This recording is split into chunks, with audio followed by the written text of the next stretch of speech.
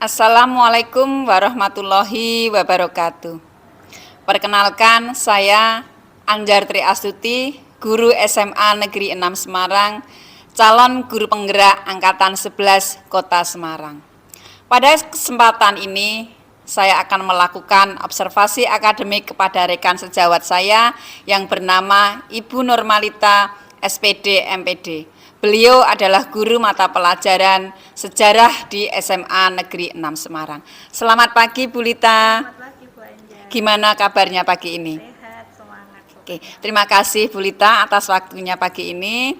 Hari ini kita akan melakukan kegiatan observasi, yang mana kegiatan supervisi akademik ini nanti ada 3 tahapan yang harus kita lalui. Yang pertama adalah tahapan pra-observasi, yang kedua adalah tahapan observasi, dan yang ketiga adalah tahapan pasca observasi. Bu Lita, untuk tahapan pra-observasi ini adalah kegiatan untuk menggali informasi-informasi yang dilakukan Bu Lita pada saat akan proses pembelajaran di kelas. Jadi nanti kita tahu apa yang akan direncanakan saat pelaksanaan observasi pembelajaran. Secara umum, tujuan observasi itu sendiri adalah memperoleh data secara objektif terhadap situasi pembelajaran dan menganalisis kesulitan-kesulitan yang dihadapi guru dalam pengelolaan manajemen kelas yang diterapkan. Gitu ya, Bu Lita? Baik. Kali ini kita akan melakukan kegiatan pra-observasi terlebih dahulu, di mana pada kegiatan pra-observasi ini saya akan mengajukan beberapa pertanyaan yang terkait dengan pembelajaran yang akan Bu Lita laksanakan nanti. Kita langsung saja ya untuk pertanyaan yang pertama. Bu Lita, apa tujuan pembelajaran yang ingin dicapai pada pertemuan ini nanti? Terima kasih, Bu Anjar. Jadi karena saya itu mengampunya di kelas 11 dan tujuan pembelajaran yang saya capai itu menanam rasa nasionalisme. Karena kebetulan sejarah itu kan selalu dikaitkan jiwa-jiwa nasionalisme. Nah, untuk materinya yaitu pergerakan dan organisasi nasional pada masa Indonesia modern. Nah, tentunya dari materi ini nanti bisa menggali banyak sekali pemikiran-pemikiran dari siswa, kemudian juga mengaitkannya dengan kehidupan siswa pada hari ini, kemudian juga bisa mengimplementasikan nilai-nilai yang baik yang sudah pernah dilakukan oleh bangsa Indonesia agar bisa berkehidupan, berbangsa dan bernegara dan mencintai tanah airnya. Begitu, Bu. Oke, luar biasa untuk tujuan yang akan dicapai ya, Bu Lita. Jadi materi yang akan disampaikan nanti tentang apa ini, Bu Lita? Tentang masa pergerakan dan organisasi nasional bangsa Indonesia di era modern. Oke. Masa pergerakan generasi organisasi nasional di era di modern. Indonesia di era modern. Iya. Luar biasa. Baik, untuk materi itu nanti kira-kira Bu Lita akan menggunakan metode apa yang bisa membuat anak-anak itu belajar dengan nyaman dan menyenangkan? Iya, untuk metodenya tentunya saya menyesuaikan dengan materi karena materi ini itu mengajak siswa untuk berpikir sangat kritis. Jadi tentunya metode yang ingin saya lakukan adalah kooperatif. Karena dengan metode ini semua siswa terlibat. Oke. Nanti akan muncul berbagai macam hasil analisa mereka, kemudian mereka juga bisa menyampaikan di depan teman-temannya, sehingga hasanah pengetahuan siswa itu sangat luas. Kemudian dari metode ini juga bisa melatih siswa secara keterampilan sosial, kemudian bekerja sama dengan tim. Tentunya kan pasti di mata pelajaran lain juga ada kerja kelompok. Nah, bisa saja kelompoknya sama atau berbeda. Nah, dengan ditambah di mata pelajaran sejarah, membentuk tim, itu kan bisa melatih apakah bekerja sama dengan teman yang sama itu rasanya sama atau berbeda, nanti akan terlihat dari hasil pemaparan pendapat-pendapat yang dihasilkan oleh siswa itu sendiri. Baik. Jadi metode yang digunakan adalah metode kooperatif, Ya. yang mana nanti melatih anak-anak untuk belajar berdiskusi, melakukan presentasi dan menganalisa setiap hasil presentasi dari rekan-rekannya. Luar biasa ini metode yang digunakan. Dengan menggunakan metode kooperatif tersebut, kira-kira menurut Bu Lita, mengapa metode itu Bu Lita pilih? Yang pertama tentunya karena sesuai dengan materi, ya materi ini kan sudah terjadi, kemudian hari ini masih banyak organisasi di negara ini, jadi siswa bisa menyampaikan pendapat kira-kira perbedaan organisasi di era yang sudah terjadi dengan hari ini itu apa, dinamika yang terjadi apa. Tentunya kan siswa punya pemikirannya sendiri-sendiri Bu Anjar. Kemudian dari hasil pendapat siswa disatukan dalam satu kelompok, kemudian nanti akan dipaparkan. Ini juga melatih siswa untuk lebih percaya diri berbicara di depan teman-temannya. Oke, luar biasa. Jadi metode ini dipilih karena bisa menggali potensi anak, menggali kemampuan anak, salah satunya kemampuan berpendapat, kemampuan menganalisa, dan kemampuan untuk menyampaikan apa ide-ide yang bisa mereka keluarkan di presentasi. Luar biasa ya Bu Lita ya. Baik, Bu Lita, dari metode, materi, dan tujuan yang sudah Bu Lita paparkan tadi, kira-kira untuk membantu kelancaran, membantu proses belajar mengajar itu biar aktif dan efektif, kira-kira yang digunakan alat bantu yang digunakan untuk proses pembelajarannya apa nanti? Iya.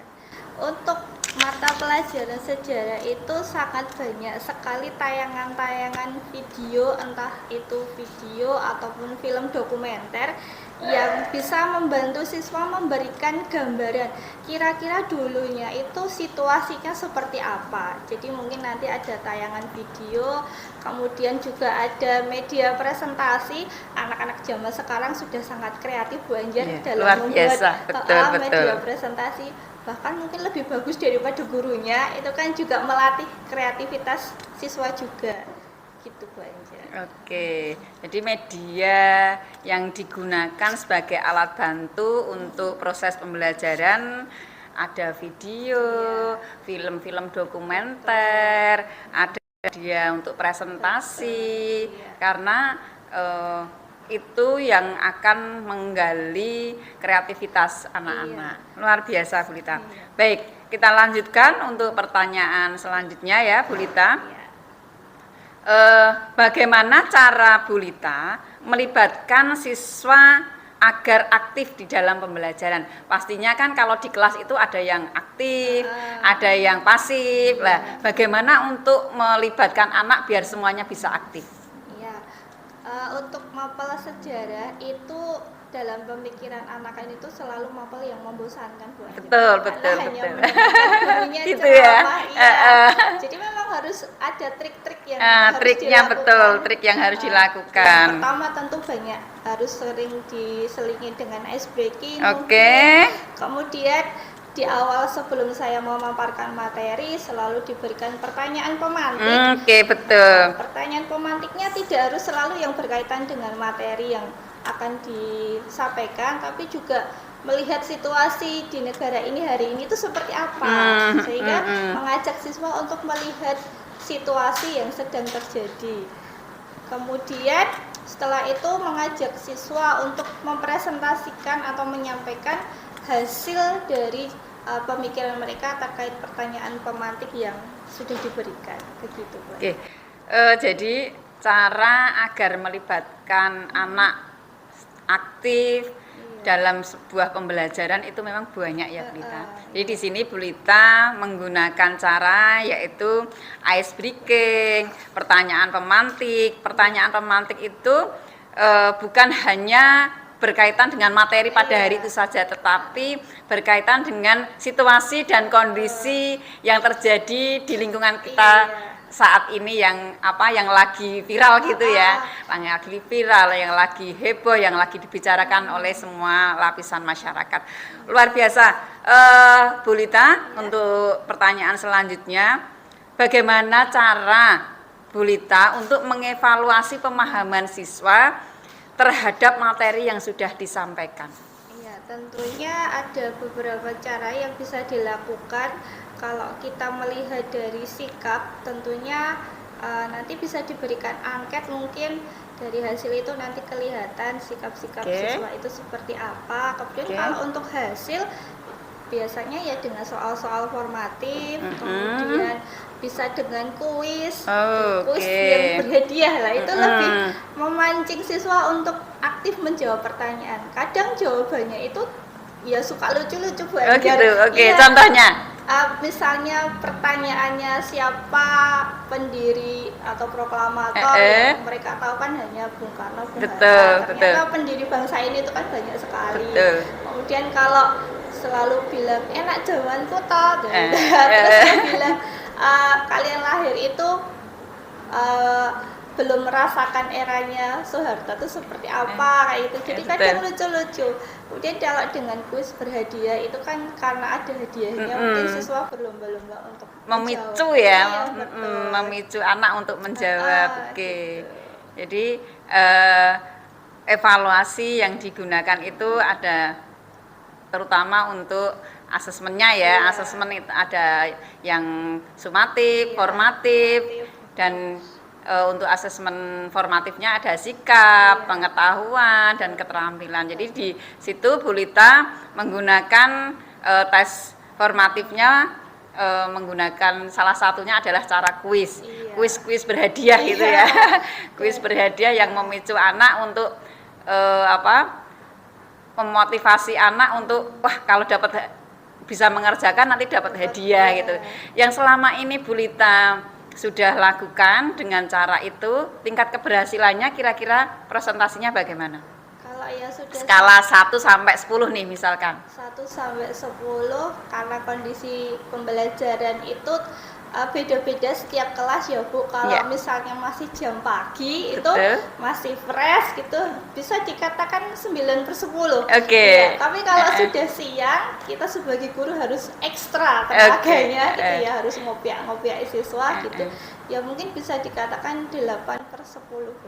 8/10 luar biasa. Bisa dikatakan itu sudah hampir berhasil ya.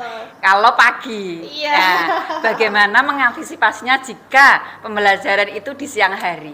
Biasanya ya sudah saya lakukan, saya ngajak siswa belajar di luar kelas. Kemudian yang sudah saya lakukan, saya membuat games berhadiah, ada juga yang pakai hukuman gitu. Gamesnya itu terutama tetap berkaitan dengan materi. Jadi pertanyaannya itu tentang materi, kemudian hukumannya yang lucu-lucu aja. Itu sudah saya lakukan dan saya jamin 100% siswa semuanya terlibat walaupun itu di jam siang. Gitu.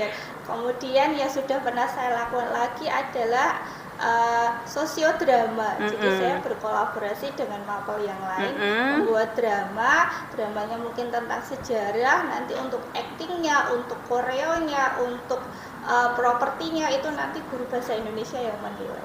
Banyak yang saya lakukan, Bu Angel. Oke, luar biasa ya. Jadi hambatan ya ini, hambatan apabila pembelajaran di siang hari. Jadi kalau di pagi hari jelas pasti keberhasilan tadi skalanya 8/10 ya. Jadi, kalau siang hari hambatan itu bisa ditanggulangi, bisa diselesaikan dengan cara pembelajaran menggunakan game-game yang nanti ada sedikit hukuman atau punishment lah, tetapi yang lucu-lucu, yang membuat anak happy, yang membuat anak pasti tertawa. Dan yang jelas kalau sudah anak happy, tertawa, pasti materi yang diberikan dan pasti akan berhasil. Luar biasa Bu Lita. Jadi di mana ancaman atau hambatan itu bisa diselesaikan, bisa diselesaikan dengan cara pembelajaran siang hari dengan game dan sebagainya yang sudah Bu Lita tadi sampaikan. Apakah itu juga akan Bu Lita gunakan nanti apabila kita melakukan observasi di jam ketiga 4 ya nantinya ya? Oke, baik Bu Lita, nanti semoga saja observasi ini bisa berhasil. Terima kasih banyak atas waktu dan kesediaan Bu Lita untuk berbagi informasi mengenai rencana pembelajaran hari ini. Informasi yang Bu Lita berikan sangat membantu saya untuk memahami konteks pembelajaran di kelas. Saya sangat tertarik dengan pendekatan kolaboratif tadi yang Bu Lita gunakan untuk mengakomodasi kebutuhan belajar siswa yang beragam. Saya akan mengamati bagaimana pendekatan ini diterapkan di dalam praktek pembelajarannya Bu Lita nanti. Sekali lagi terima kasih. Saya akan membuat laporan pra-observasi dan observasi dan akan dengan senang hati membagikan kepada Bu Lita nantinya. Sekali lagi terima kasih Bu Lita atas waktunya. Assalamualaikum warahmatullahi wabarakatuh.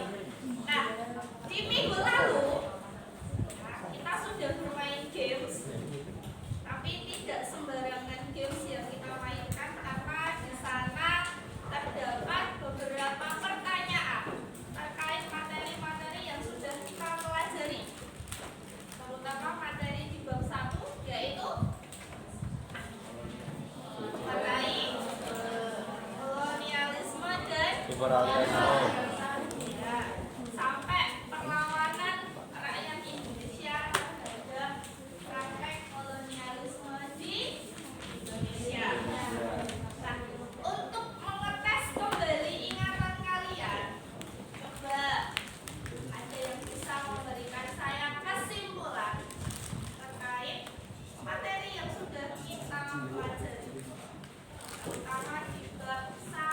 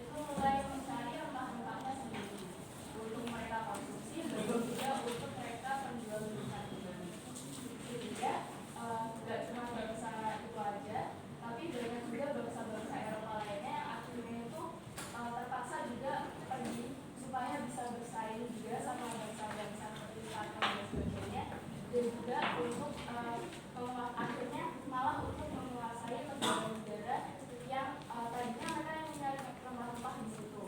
Gitu. Nah, setelah bangsa tadi kan ada Spanyol, Portugis, Belanda dan Inggris itu kan menjajah Indonesia yang awalnya tujuannya untuk mencari rempah-rempah. Mereka juga tujuannya adalah 3G, gospel dan gold. Ya.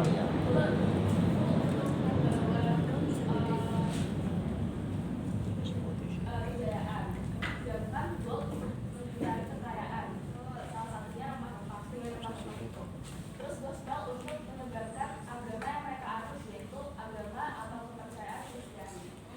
Nah, dengan dari ini malah mereka terjerumus jadi menjajah gitu.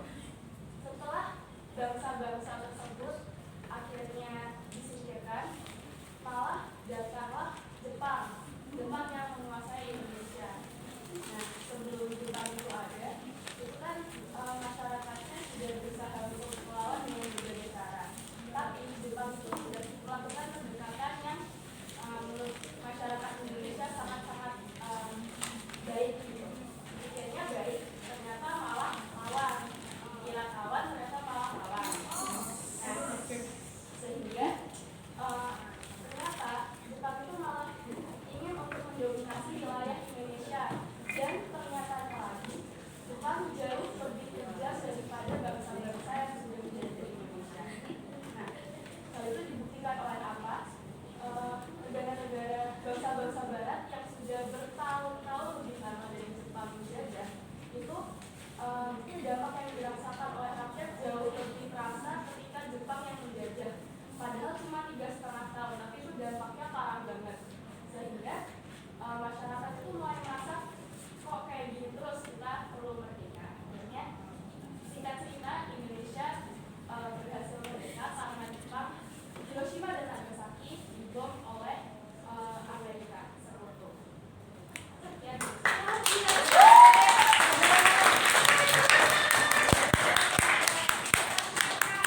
Bisa menjelaskan materi di awal semester sampai di akhir semester 2. Artinya Ezra belajarnya gaspol. Nah, coba teman-teman yang lain ada yang mau menambahkan? Blok sini, blok barat sudah, blok timur. Siapa mau bersuara?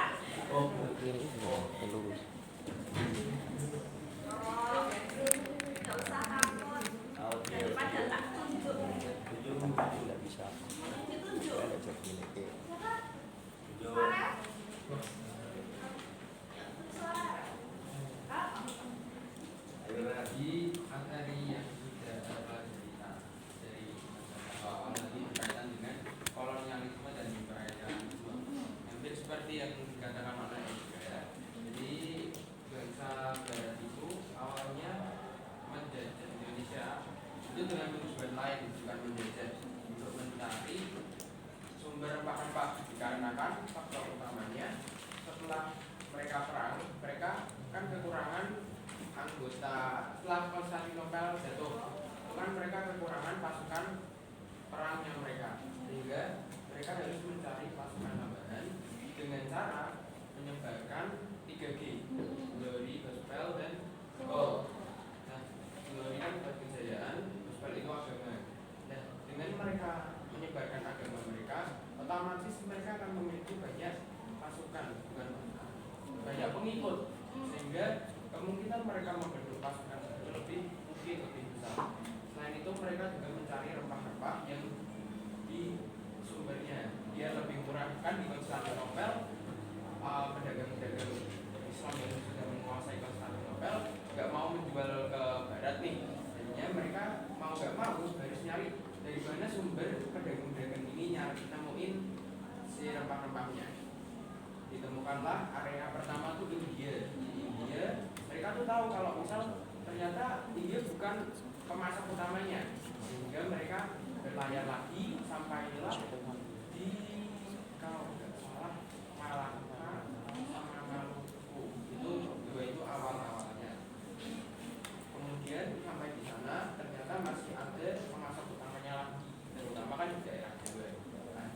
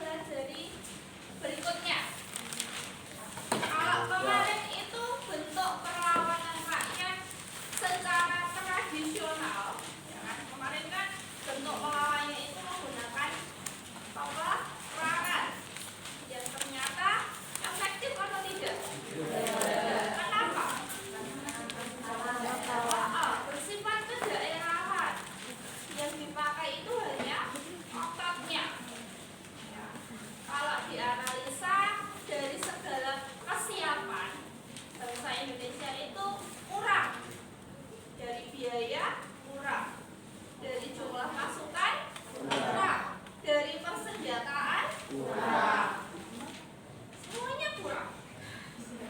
Dan beberapa tokoh-tokoh yang memimpin perlawanan itu masih mementingkan daerahnya, belum ada konsep persatuan. Nah, maka di era berikutnya, di awal abad ke-20, mulailah lahir kebangkitan nasional yang ditandai dengan berdirinya organisasi Budi Utomo dan juga lahirnya kaum terpelajar yang lebih modern. Orang-orang terpelajar itu ketika melawan, yang mereka gunakan apa? Iya, otak. Dengan ide, dengan gagasan.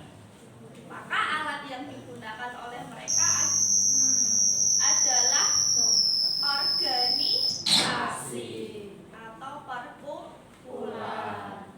Maka nanti di awal abad ke-20 yang orang bilang itu era modern, mulai lahir beberapa organisasi. Tadi ada Budi Utomo, ada apa lagi? Syarikat Islam, Isparti, Muhammadiyah, Nahdlatul Ulama, ada juga nanti Partai Kristen Katolik Indonesia. Nah, walaupun tidak menutup kemungkinan nanti aliran-aliran kiri itu mulai bermunculan. Aliran kiri itu apa enggak? Ya, ideologi-ideologi dari Eropa seperti sosialis dan komunis. Itulah yang mewarnai bangsa kita. Nah, coba sekarang saya pengen kalian berdiskusi dengan teman di belakang kalian. Ini di baris 1, baris 3, silakan kursinya diputar. Baris 1, baris 3, kursinya diputar. Jadi bahasa bersama dia. Ayo Retro maju. Sama Nadia. Yuk, ayo. Saya. Apa harus saya? Mengidentifikasi satu organisasi nasional, kemudian nanti dijelaskan kepada teman-temannya secara lisan-lisan. Apapun lah Bu, dari satunya. Satu aja. Ya silakan.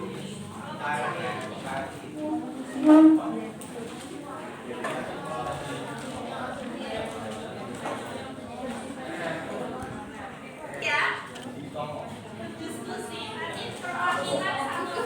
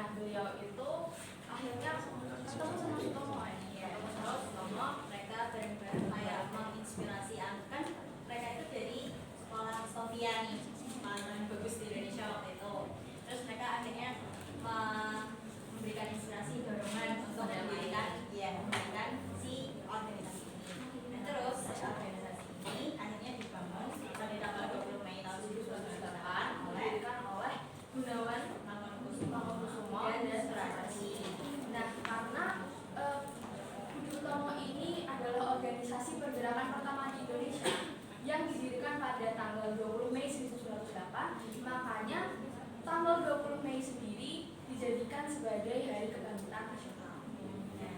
Jadi organisasi Budi Utama ini awalnya itu nggak bergerak di bidang politik, jadi mereka bergerak di bidang pendidikan, budaya, sosial budaya. Karena tujuannya mereka itu kan misalnya kayak memperbaiki SDM-nya gitu, biar mereka udah merasakan perasaan nasib, terus mereka punya wawasan juga tentang negara mereka. Jadi nanti diajak merdeka bareng-bareng tuh gampang. Gitu. Nah, hal inilah yang terkesan pergerakan dari organisasi ini tuh kayak lambat, kayak nggak ada pergerakannya gitu. Terus akhirnya beberapa tokoh dari organisasi ini memilih untuk keluar dari organisasi tersebut. Terus pas kongres pertama itu kan tanggal 3 sampai 5 Oktober 1998. Nah terus pada setelah kongres pertama itu, Dr. Supomo yang merupakan salah satu anggota Budi Utama ini baru balik dari Belanda. Terus Dr. Supomo ini kayak yang mengarahkan organisasi ini terus untuk akhirnya berubah arah ke bidang politik gitu. Terus pada kongres yang kedua yang ada di Solo tanggal, kalau nggak salah tanggal 24 sampai 26 Desember 1935 bulannya lupa, itu akhirnya Budi Utama memutuskan untuk bergabung berdiskusi ke Persatuan Organisasi Persatuan Bangsa Indonesia. Terima kasih.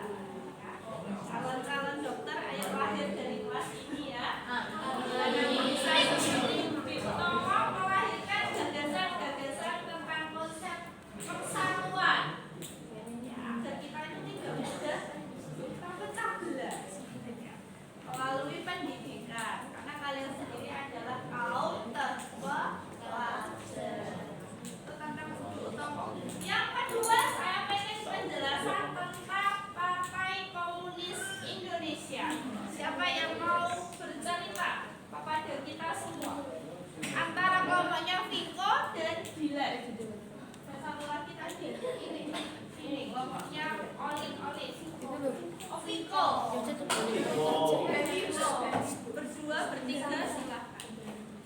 Atau nama?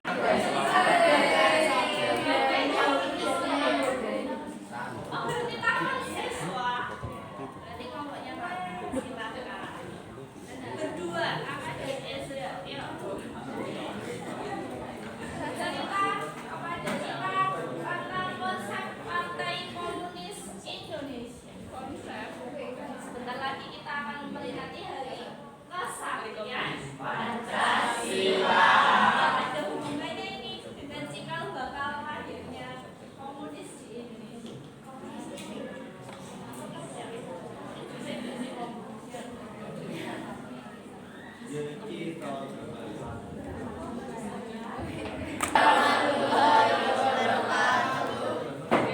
Selamat pagi Bapak-bapak, Ibu-ibu, Bapak-bapak, Ibu guru serta teman-teman.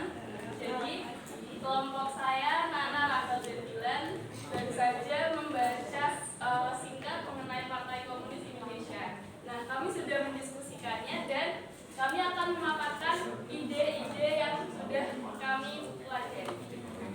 Dari Nana dulu. Jadi PNI itu kan partai revolusioner. Yang sebelum ada PNI ini ada namanya tuh PKI. PKI ini kelanjutan dari organisasi namanya tuh ISDP, Indis IS Sosial ISD. Nah, belakangnya nggak tahu cara bacanya apa. Pokoknya ISDP itu pada tanggal 9 Mei 1914. Nah, terus karena perkembangan politik pada Kongres ke-7 itu diubah lagi namanya jadi Perserikatan Komunis di Hindia. Itu pada 20 Mei 1920. Terus diganti lagi, ditegesin lagi jadi Partai Komunis Hindia. Terus pada Desember 1920 tuh namanya diganti lagi jadi PKI, Partai Komunis Indonesia. Ya, debatnya itu ketua pertamanya itu Semaun. Nah, jadi mungkin dalam benak kita komunis itu ketika kita mendengar kata komunis itu selalu aja hal negatif. Ya. Tapi tahu nggak sih kalau tujuan PKI dulu sebenarnya itu untuk menantang imperialisme dan kapitalisme pemerintah Belanda. Tujuannya untuk apa? Untuk membangun serikat pekerja dan mempromosikan pentingnya kesadaran politik di antara para petani. Nah, tapi tokoh-tokoh di PKI seperti Heng, Musso, Dipa Nusantara Aidit, Amir, Semaun itu ketuanya, pelopornya. Terus Joko, Yono, Ramalan, Abdul Latif, Hendraningrat, Alimin, Darsono dan Misbah itu ya itu salah satu tokoh-tokohnya. Nah,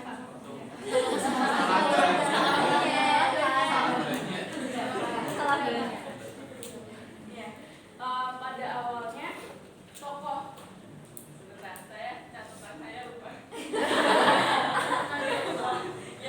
Pada awalnya anggota ISDV itu berjumlah 85 orang yang terdiri dari 2 partai asosialis Belanda yang merupakan SDAP dan juga SDP yang aktif di Hindia Belanda. Nah, setahun kemudian anggotanya tuh bertambah, yang semula dari 85 bertambah jadi 134 orang. Nah, setelah bertahun-tahun berdirinya ISDV membatasi aktivitasnya pada diskusi teori masalah yang tadi sudah disebutkan, masalah kolonial. Gerakan ISDV tidak berkembang karena apa? Karena nggak mengakar dalam masyarakat Indonesia. Salah satunya itu terjadi pemberontakan. Pemberontakan yang pertama yaitu pemberontakan di Madiun. Terjadi pada tanggal 1948. Pada 8 September tepatnya terjadi pemberontakan PKI Madiun yang bertujuan menggulingkan pemerintah yang sah, yakni Republik Indonesia, dan mengganti landasan negara. Nah, gerakan ini diketuai oleh Amir Syarifuddin dan juga Musso. Setelah itu ada gerakan 30 September yang biasa kita kenal sebagai G30 SPKI. Nah, gerakan ini itu yang akibat dari gerakan ini tuh membuat kita berpikiran negatif terhadap setiap kita mendengar kata komunis. Nah, perlu kita ketahui bahwa gerakan ini dipimpin oleh DN Aidit untuk menggulingkan pemerintahan Presiden Soekarno dan mengubah Indonesia menjadi negara komunis. Nah, sebenarnya komunisme itu kan sebuah idealisme ya, sebuah ideologi. Tapi caranya mereka untuk menyampaikan itu salah, sehingga masyarakat sampai mengakar pada kita itu justru membuat kita berpikiran negatif terhadap komunisme tersebut. Padahal komunis itu enggak hanya ideologi, cuman karena sejarah sehingga mengakar sampai ke kita itu membuat kita berpikir negatif terhadap pandangan tersebut. Sekian yang dapat saya dan Nana sampaikan. Terima kasih sudah mendengarkan.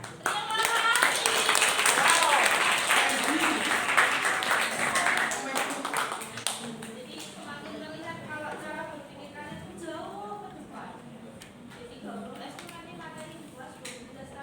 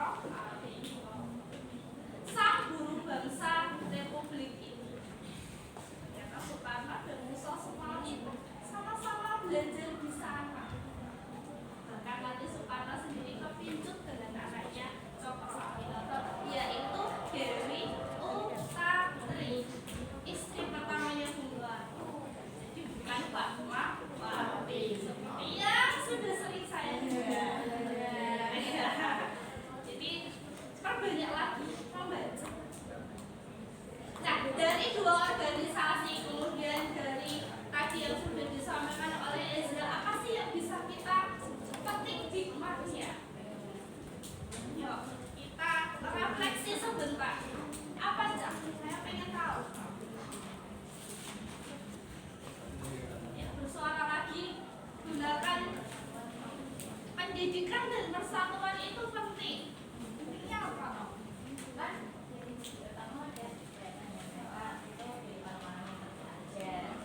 Terus mereka akhirnya bisa membangun satu organisasi yang menjadi sebuah organisasi pergerakan utama di Indonesia, mencetus yang akhirnya menginspirasi organisasi-organisasi lain. Jadi lewat pendidikan itu kita bisa melawan mereka yang menjajah kita pakai otak, dan lewat pendidikan itu juga terus akhirnya muncullah rasa persatuan, dan persatuan itu juga yang membantu kita akhirnya bisa merdeka dan melawan penjajah gitu. Terima kasih Najata. Ada yang punya opini yang lain atau mungkin punya pembelajaran tersendiri dari peristiwa-peristiwa yang sudah kita bahas? Ayo bersuara lagi. Saya belum. Oh, Ezra lagi. Bukan ideologisnya sebenarnya kalau ya menurut beberapa orang bagus ya. Nah, cuman perlu kita lihat lagi apakah ideologi tersebut tuh bisa ditanamkan di masyarakat Indonesia. Karena Indonesia itu kan negara yang beragam. Pola pikirnya masyarakat itu berbeda-beda. Kita perlu menanamkan ideologi yang sekiranya cocok dengan masyarakat yang ada dengan keberagaman yang ada. Sehingga mungkin ideologi komunis itu nggak cocok karena dibuktikan oleh sejarah ya. Nah, sehingga emang ideologi itu nggak bisa dipaksakan, apalagi dengan keberagaman masyarakat yang ada, contohnya di Indonesia, maka tuh kita perlu menanamkan ideologi yang sekiranya cocok gitu. Jadi nggak, meskipun bagus, itu tergantung oleh masyarakatnya itu cocok atau enggak, karena semua itu balik lagi kepada masyarakat kita yang menjalankan, kita juga yang akan menerima manfaatnya gitu. Maka kita juga perlu menuruti sebagai masyarakat. Sekarang kan kita memakai Pancasila. Nah, Pancasila itu bagi masyarakat Indonesia itu kan benar-benar bagus karena sesuai dan juga bisa dilaksanakan. Jadi menurut saya seperti itu. Oke, terima kasih. Semuanya benar, tidak ada yang salah. Jadi yang bisa kita ambil, kalau selalu yang saya bilang adalah kita yang hidup hari ini harus banyak-banyak bersyukur. Kita tidak mengalami apa yang dialami oleh para pendahulu kita. Saatnya jam kedua dimulai. It's time to begin the second lesson. Ya. Untuk mencapai sebuah kemerdekaan, waktu itu ternyata menikmati kemerdekaan tugasnya adalah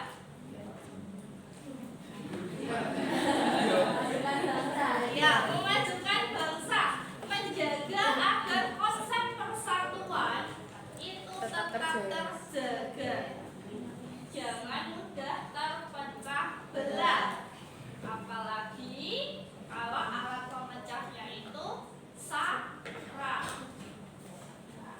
Kita satu tanah air itu semua bersaudara.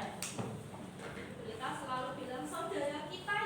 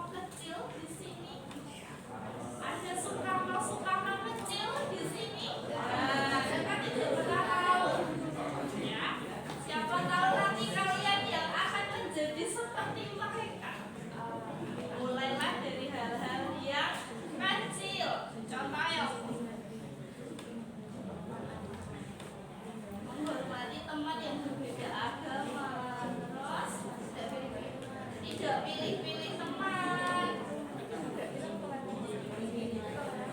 Menjunjung tinggi nilai kemanusiaan. Ya.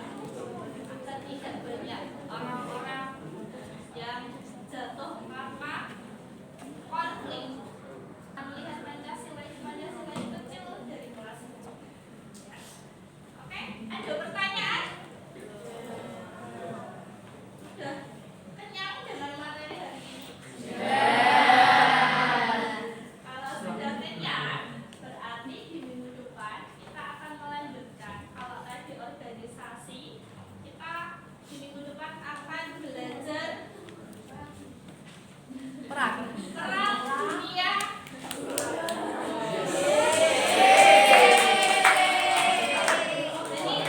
Jadi sedikit kontradiktif ya. Tadi konklusinya mengajak bersatu, besok ya itulah kehidupan ya. Tidak ada pertanyaan. Silakan kita relax sejenak. Mungkin mau olahraga kecil. Dapat? Sudah? Oh iya. Oke kawan-kawan, kita lanjutkan materi minggu depan. Terima kasih, selamat pagi semua.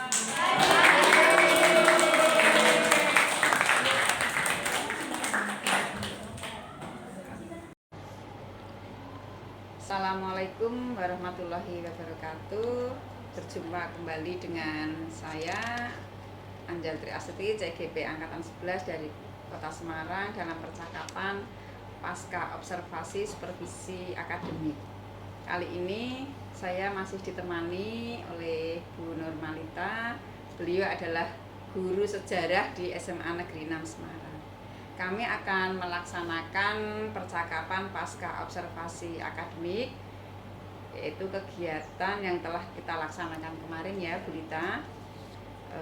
Bu Lita, selamat pagi. Selamat pagi Bu Anjar. Sudah siap nggih? Siap sekali. Dalam percakapan pasca observasi supervisi akademik kali ini, nanti saya akan mengajukan beberapa pertanyaan yang berkaitan dengan kegiatan pembelajaran yang sudah kita laksanakan kemarin. Jadi Bu Lita, nanti tujuan pasca observasi ini atau percakapan ini adalah untuk mengevaluasi sejauh mana kegiatan pembelajaran yang sudah dilaksanakan kemarin. Baik, untuk pertanyaan pertama yang akan saya ajukan, bagaimana pendapat Bu Lita setelah menyaksikan pembelajaran yang kemarin dilaksanakan? Ya, terima kasih Bu Anjar. Kalau yang saya rasakan, yang saya lihat, saya cukup puas dengan hasil pembelajaran kemarin. Karena apa? Karena beberapa tujuan dari pembelajaran alhamdulillahnya sudah dicapai atau tercapai. Hal ini bisa dilihat dari keaktifan siswa ketika menjawab pertanyaan yang saya lontarkan ataupun dengan kegiatan diskusi mereka. Saya melihat mereka mayoritas antusias. Antusias ya, Iya. luar biasa. Ya. Apakah proses pembelajaran yang sudah dilaksanakan itu sesuai dengan apa yang sudah direncanakan, mulai dari tujuan pembelajarannya sampai kegiatan asesmen yang sudah dilaksanakan? Kalau sebagai seorang guru ketika mengajarkan pasti sudah punya rencana ya Bu Anjar. Tapi terkadang ketika di kelas kita harus bisa menyesuaikan dengan kondisi yang ada. Oke. Tapi secara garis besar dari yang sudah saya rencanakan itu sudah berjalan sesuai dengan rencana. Mungkin ada miss-miss sedikit karena melihat kondisi siswa itu kan beragam. Iya. Ditambah lagi jam saya itu kan jam siang ya Bu Siang Anjar. ya. Jadi saya harus pintar-pintar mencari cara biar siswa itu tidak jenuh gitu. Jadi secara proses, kemudian tujuan, ketercapaian, kemudian penerimaan materi itu saya rasakan sudah sesuai dengan rencana saya. Kemudian nanti ketika dibuktikan dengan evaluasi, semoga hasilnya memuaskan. Oke, berarti sudah sesuai Iya. rencana, sehingga di akhir di kegiatan evaluasi pun juga sudah sesuai apa yang direncanakan. Bu Lita, Iya. dapatkah Ibu menceritakan hal-hal yang dirasakan memuaskan dalam proses pembelajaran kemarin?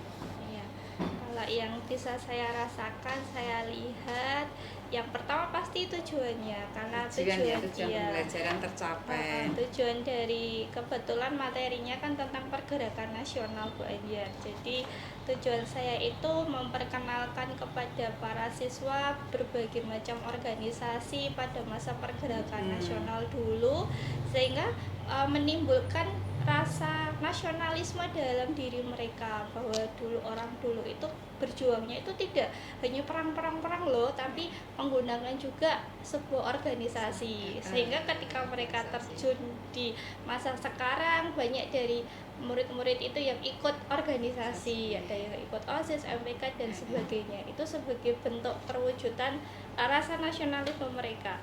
Kemudian yang berikutnya lagi, keaktifan. Ketika saya bertanya, banyak siswa yang tunjuk-tunjuk tangan mencoba ingin menjawab ya, walaupun terkadang jawabannya suka lucu-lucu, tapi itu menunjukkan bahwa mereka antusias, mereka menerima materi. Ditambah lagi ketika mengajukan pertanyaan, karena saya selalu melihat siswa mengajukan pertanyaan bukan karena tidak tahu, justru mereka ingin tahu lebih banyak. Jadi mereka berarti menerima materi. Kemudian juga bisa terlihat ketika mereka mencoba menyimpulkan apa yang sudah mereka terima. Jadi itu berarti dari awal sampai akhir siswa itu mencerna materinya. Berarti antusias anak menerima materi yang tadi pergerakan nasional. Iya. Seolah-olah anak-anak itu berada di masa itu ya, masa itu ternyata organisasi nasional itu banyak sekali gitu. Iya. Sehingga mereka bisa diterapkan di masa sekarang. Tadi yang sudah disampaikan Bu Lita, anak-anak mulai rajin ikut kegiatan ya toh. Anak-anak antusias mengikuti organisasi OSIS, MPK, bahkan ada organisasi media. Ini juga termasuk organisasi media itu ya. Menurut Bu Lita, bagaimana perkiraan Ibu mengenai ketercapaian tujuan pembelajaran? Awalnya itu saya bisa dibilang cukup pesimis, karena sejarah di jam siang itu bayangannya sudah anak-anak sudah capek sudah ngantuk dari pagi ya. Iya, ditambah materinya sejarah. Jadi kalau tidak menggunakan metode yang menarik, mungkin materinya tidak akan tersampaikan banyak. Jadi yang saya perkirakan itu, ya beberapa masih ada, kita tidak bisa pungkiri itu. Jadi kita lebih aktif aja. Mungkin ketika sudah ada yang mulai lesu, letih gitu ya dirangkul, ya bangun lagi. Jadi lebih banyak harus mobile sih Bu Anjar. Jadi yang saya perkirakan itu. Tapi sebagian besar tetap antusias ya. Berarti metode strategi yang Bu Lita gunakan itu berarti harus bisa merespon, harus bisa mengangkat mood anak ya. Berarti metode dan strategi yang kita gunakan itu kemarin seperti apa, coba ceritakan. Pertemuan pertama dengan saya ketika dulu di kelas 10 saya kenalan dengan mereka, saya guru sejarah, saya tidak akan ceramah. Itu gitu. Pertama kali ya, malah gitu ya. Iya. Jadi guru sejarah kan terkenal pandai bercerita ya, tidak. Kalau ini malah tidak. Terus saya tidak akan nyuruh menghafal itu ya. Jadi mereka sudah punya kesadaran itu. Jadi variasi saya mungkin nanti ada gamesnya. Yang sudah saya lakukan ada games. Tapi dalam games itu tetap ada materi yang harus mereka pecahkan. Jadi seolah-olah seperti kuis gitu Bu, tapi ada hukumannya. Jadi bermain sambil belajar. Itu saya yakin 100% anak bangun semua. Karena pengalaman saya seperti itu. Karena takut ya. Iya. Kalau dapat giliran. Oke. Berarti kuis itu berarti bentuknya bisa Anda alat atau media yang digunakan, contohnya seperti apa? Yang sudah itu kemarin saya pakai sebuah aplikasi namanya Genially Bu. Di situ sudah banyak permainan kemarin yang sudah saya lakukan. Itu ada ular tangga, ada Zuma, ada Ludo. Itu kan permainan yang familiar dengan anak-anak. Tapi isinya saya ganti. Gitu. Berarti anak harus menggunakan gadget ya, harus menggunakan handphonenya ya Betul, biar nggak untuk ketinggalan mengikuti jam. permainan gitu. Berarti antusias anak untuk mengikuti pembelajaran sejarah Iya. itu berarti beda dengan Iya. waktu saya sekolah dulu kalau Saya seperti ini. sekolah juga. Oke, luar biasa. Pastinya ya Belita, Iya. tidak semuanya anak antusias, Iya, tidak semuanya betul. anak mengikuti dengan baik. Betul. Apa yang menjadi kesulitan siswa saat mengikuti pembelajaran sejarah kemarin? Yang pertama ngantuk itu Bu. Ngantuk ya? Siswa itu ketika ditanya ngapain sih Le? Oh semalam begadang tugasnya banyak Bu gitu ya. Kesulitan saya ketika menegur 1-2 kali tidak bisa, terus kadang saya suka bingung caranya gimana ya. Udahlah yuk keluar kelas, kita belajar keluar aja. Iya, Kalau gitu. misalnya sedang tidak bermain Bu, kesulitannya itu. Kemudian kesulitan anak-anak sekarang itu kadang aktifnya itu kan di luar konteks, kadang yang ramai atau apa. Nah, kita juga harus bersabar gitu ya, tapi tetap dirangkul yuk belajar lagi, bukan dengan marah-marah, karena anak zaman sekarang tuh tidak bisa dimarahin Bu, kalau menurut saya ya. Iya, betul. Nggak bisa dimarahin, harus dirangkul Harus aja. dirangkul. Jadi kesulitannya itu ya. Iya. Jadi untuk mengatasi kesulitan anak. Baik. Terus untuk kesulitan Ibu sendiri di pembelajaran kemarin itu apa? Kesulitan Selain jam siang tadi ya. Iya. Kesulitan saya sebenarnya ini juga mungkin dirasakan oleh guru-guru yang Ini lain. semua. Media. Terkadang media kalau misalnya listriknya anjlok atau apa gitu kan Itu. menghambat ya Bu Oke, ya. karena di sini memang lagi tidak stabil ini. Kemudian akses wifi kita harus prepare sendiri. Iya, betul. Kemudian harus menjelaskan secara lebih ketika anak-anak mungkin dari keluarga yang sederhana, tidak begitu paham gadget, kita harus ekstra lebih Bu ngajarin ini caranya. Masih begini. ada ya? Ada. Ternyata masih ada. ada. Iya, mereka tidak pernah mendengar aplikasi ini gitu. Tidak pernah bermain ini, bahkan yang mainan pun ada yang tidak tahu caranya bermain Bu. Jadi harus selain menjelaskan materi juga harus menjelaskan hal-hal yang hari ini sedang berkembang itu apa. Makanya kemarin saya lihat Ibu harus pindah ke Iya. tempat kelompok A, kelompok B itu karena benar-benar anak ada yang memang tidak memahami itu ya. Oke. Adakah alternatif lain untuk mengatasi kesulitan Ibu tadi? Pengalaman yang sudah saya lakukan ya Bu, Iya. saya bercerita yang sudah saya Yang lakukan sudah dari dilakukan tahun pembelajaran. kemarin agar mengatasi kebosanan anak. Saya kolaborasi dengan mata pelajaran yang lain. Ya. Gitu.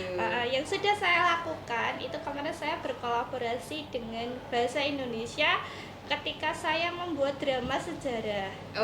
Ya, jadi pementasan drama sejarah, ceritanya cerita asli, bukan fiktif drama-dramaan berarti itu. benar-benar sesuai Yang sudah yang sudah terjadi. Ya, naskahnya dari saya, kemudian propertinya dari anak-anak, kemudian nanti guru bahasa Indonesia yang akan menilai mimiknya gimana, gesturnya gimana. Saya menilainya dari ya cerita sejarahnya ini sudah benar atau tidak.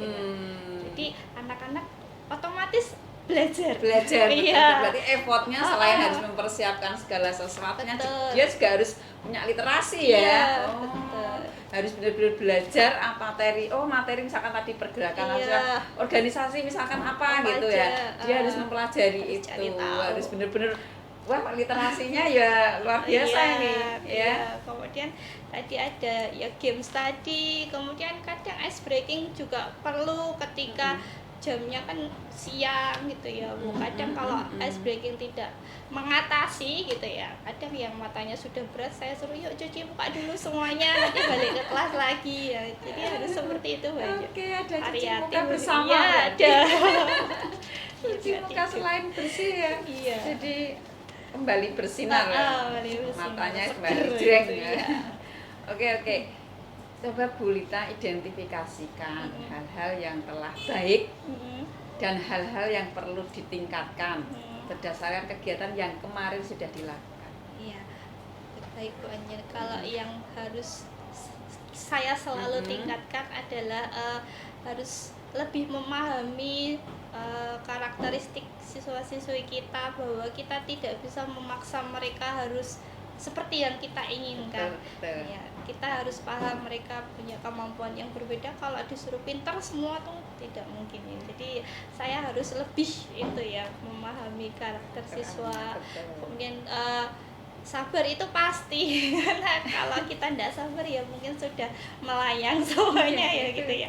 Itu harus saya tahan terus. Kemudian pembelajaran agar tidak membosankan, saya harus mencari cara gimana caranya. Kadang karena saya sendiri juga ya, saya yang bosan Bu, kadang saya yang bosan, jadi saya harus gimana ya biar ketika di kelas saya tidak terlihat sedang bosan. Gitu ya. Jadi tetap harus betul kelihatan semangat di dalam karena kelas. dari jam ke-1 sampai ke jam ke-8 Materi sama. betul, ulang terus kadang saya juga bosan banyak. Jadi ya mungkin 15 menit pertama ya kita ngobrol-ngobrol dulu, kita main-main dulu sehingga fresh lagi, baru nanti kita pelajaran gitu. Kadang kita selingi bercanda-bercanda gitu, kadang kita ngerumpi gitu juga kayaknya perlu ya Bu. Tapi yang sudah baik dan harus ditingkatkan mungkin nanti kolaborasi lagi dengan mapel-mapel yang lain, mungkin bahasa Jawa bisa, seni mungkin bisa gitu Bisa ya. seni, bisa bahasa Jawa, kemarin sudah bahasa Indonesia ya. Jadi nanti tinggal mengatur jadwalnya Ya, aja. betul. Ternyata ada ya, bisa ya ternyata. Saya pikir itu hanya serumpun saja, ternyata sejarah dengan lintas rumpun, sejarah dengan bahasa Indonesia, mungkin sejarah dengan nanti bahasa Jawa. Mungkin olahraga bisa Bu. Oh bisa ya. Nanti Coba ketika kita kolaborasi nanti. materi peradaban Yunani ketika Olimpiade. Pertama kali Olimpiade dilaksanakan. Iya, dari olahraga Bu. Oke lah, ini menarik sekali nih Bu Lita. Baik, ini apa yang kan sudah Bu Lita sudah banyak tadi menceritakan kegiatan pembelajaran kemarin yang akan Ibu lakukan setelah pertemuan ini untuk pertemuan berikutnya. Ya, pertemuan berikutnya pasti selalu mengembangkan diri Bu Anjar. Jadi tidak boleh stuck di situ. Kemudian dari yang sudah Bu Anjar evaluasi, sudah memberikan masukan ke saya, nanti feedbacknya seperti apa, apakah masukan-masukan Bu Anjar itu berdampak positif bagi saya dan juga bagi siswa yang saya ajar. Nanti bisa kita lihat dengan hasil ketika mereka ulangan atau mungkin kuis ya. Semakin banyak antusias berarti semakin banyak yang menjawab pertanyaan, berarti insya Allah berarti evaluasinya positif sekali. Oke. Iya. Ya, sekarang coba Bu Lita simpulkan untuk kegiatan selama kita telah observasi sampai pasca observasi ini dan untuk rencana tindak lanjut yang akan datang. Jadi menurut saya kegiatan ini sangat membantu saya pribadi sebagai seorang pendidik agar terus tidak stagnan di situ, kita berkembang, kemudian juga tidak malas-malesan ya, karena terkadang kan ya kadang malas juga itu pasti ada, tapi bagaimana caranya kita terus membenahi diri, mendapatkan masukan dari Bu Anja, oh kurangnya di sini loh Dek, gitu. Bukan membuat kita baper atau apa, justru itu Bu Anja kan pengalamannya sudah banyak jadi memberikan masukan kepada saya itu untuk kebaikan saya. Kemudian melihat anak-anak antusias belajar itu kebanggaan sendiri bagi saya Bu, ternyata suka ya diajar oleh saya. Kemudian walaupun kesulitannya banyak, mungkin karakteristik kelas yang kita ambil video dengan kelas yang lain pasti berbeda Bu. Ya? Penanganannya juga pasti berbeda, menyentuhnya juga berbeda, tapi itu tantangan kita sebagai seorang guru. Oke, Bu Lita, demikian rangkaian kegiatan supervisi akademik yang sudah kita laksanakan dari mulai pra-observasi kemarin, observasi sampai percakapan pasca observasi hari ini. Terima kasih kepada Bu Lita atas waktunya dan semoga ke depan kita bisa sama-sama belajar untuk menjadi lebih baik. Pasti. Dan terakhir, terima kasih sekali lagi. Wassalamualaikum warahmatullahi wabarakatuh. Sambung Pak Arifin. Berapa menit Nak?